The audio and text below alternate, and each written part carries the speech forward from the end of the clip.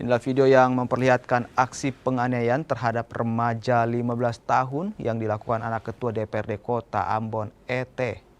Peristiwa ini terjadi di kawasan Talake pada 30 Juli 2023. Akibat penganiayaan ini, korban akhirnya meninggal dunia.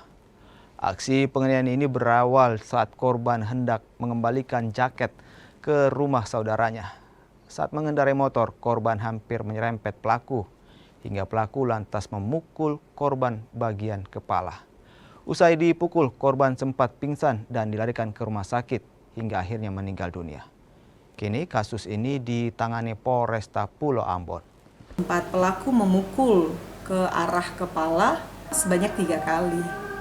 Pelaku sudah kami tahan di Polresta Pulau Ambon dan Pulau Riau. Untuk status pelaku sendiri seperti apa? Masih dalam lidik.